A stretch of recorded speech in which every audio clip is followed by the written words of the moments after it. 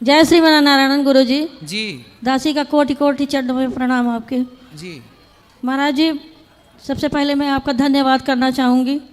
क्यों? धन्यवाद करना चाहूँगी क्योंकि 2018 के पहले पूजा तो करते थे, सब करते थे, काम वैसे चलता था। उसके पहले हमारे घर में मांस मंदिरा का भी प्रयोग होता था, हमारे पति देव करते थे। लेकिन हमारे बच्चे इस तरह से हुए, संस्कार मतलब उनको सही ढंग से मिला, वो एक लौंग तक नहीं खाते हैं। और घर में आपके बताए अनुसार हमारे सारे कार्य होते हैं। हमारे बहू बेटा नाती पोती सब दीक्षित है आपसे, तो भगवान का भोग भी लगता है, नाश्ता तक सुबह बनता है बच्चों को, उसी से कार्य शुरू होता है। और अब सब पहले जो हो चुका महाराज जी, तो साथ में तो हम भी रहे हैं, तो उसका पाप लगेगा। प्रायश्चित कर लेने से सारे पाप नष्ट हो जाते हैं। मैंने पाप किए और पाप करने के बाद मुझे पश्चाताप हुआ और मैंने सारे पाप बंद कर दिए, छोड़ दिए, जैसा कि आपने छोड़ दिया सारे पाप।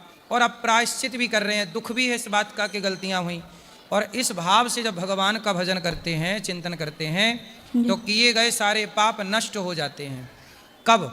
सर्वधर्मान परित्यज्य मामेकम शरणम व्रज अहम त्वा सर्व पापेभ्यो मोक्षयिष्यामि मा शुचः।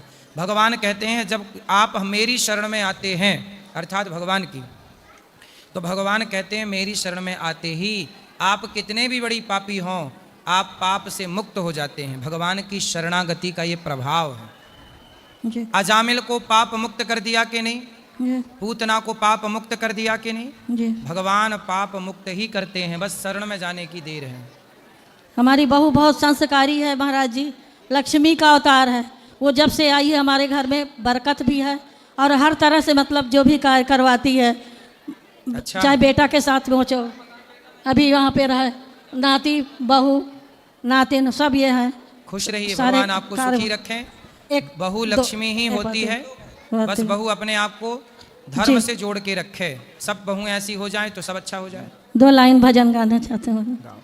नंद भवन में उड़े रही धूल धूल मोहे प्यारी लगे, नंद भवन में उड़े रही धूल धूल मोहे प्यारी लगे, प्यारी लगे मोहे प्यारी लगे, प्यारी लगे मोहे प्यारी लगे, नंद भवन में उड़े रही